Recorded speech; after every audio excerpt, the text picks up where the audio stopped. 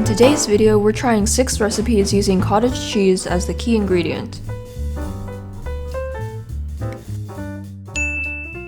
Hello everyone and welcome back to my channel. I've been focused on trying to incorporate more protein into my diet recently because I started working on weight training with a personal trainer a few months ago.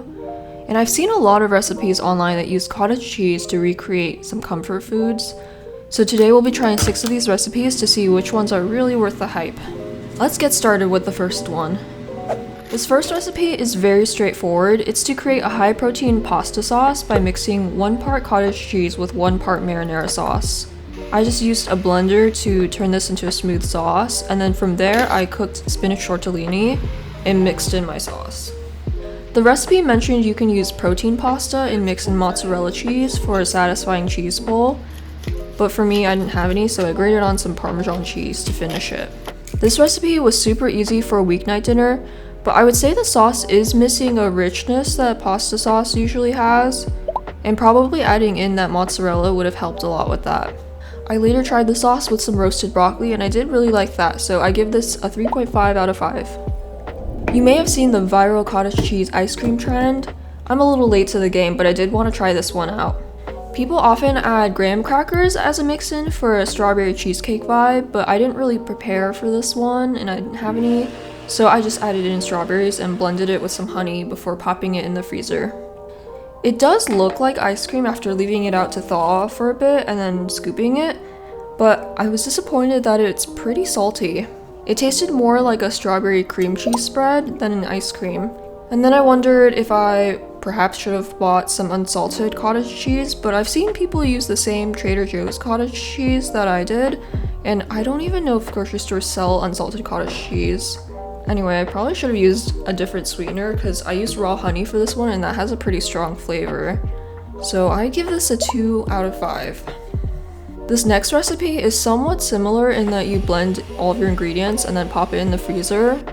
But I saw this chocolate mousse with a chocolate shell topping and I had to try it out since chocolate mousse is one of my favorite desserts. I used this 0-calorie sweetener from Costco for sweetness and it actually turned out pretty good.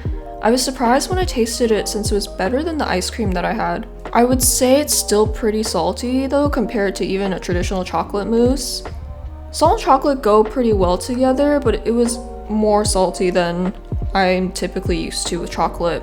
I saw in the video that they also topped the chocolate shell with sea salt, so I did that as well. I think that just added to the saltiness. I don't think this replaces chocolate mousse, but I would be more comfortable eating this on a regular basis compared to a chocolate mousse. I mean, look at that chocolate shell.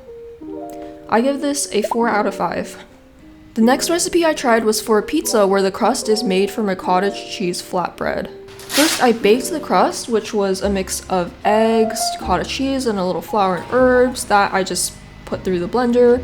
And then I topped my pizza with marinara sauce, slices of garlic, and spinach. Obviously, you can add whatever toppings you like and put cheese on your pizza. I just didn't have any pizza cheese on hand. I put it back in the oven to roast the garlic and wilt the spinach.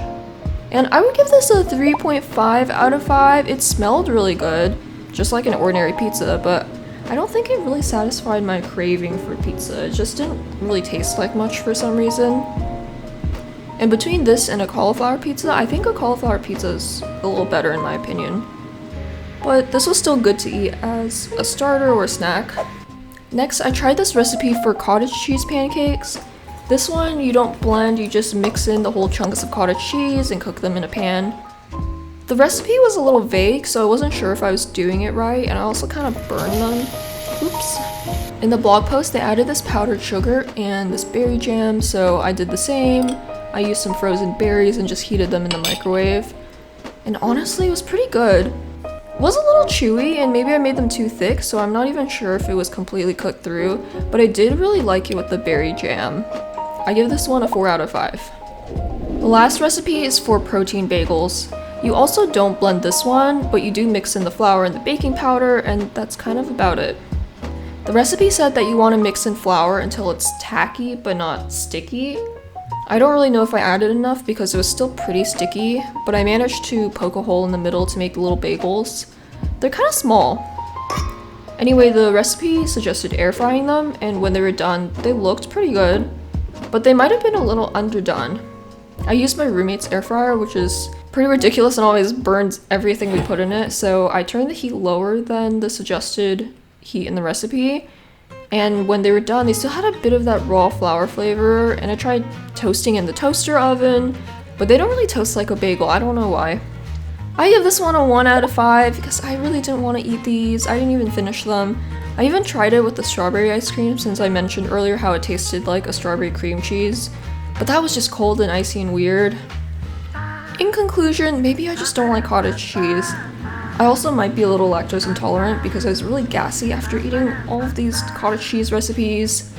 Out of all of these, I could see myself trying the pancakes again, but I don't really think cottage cheese is my protein of choice. I like yogurt more, and you can make a lot of similar recipes with Greek yogurt instead, which is still high protein. Anyway, they made my stomach weird, so I think my next food experiment will just be find foods that make me feel good. Thank you for watching, and I hope this was at least a little bit helpful. Feel free to leave a comment if I did something wrong, which I'm sure I did, and you want to tell me all about it. Bye!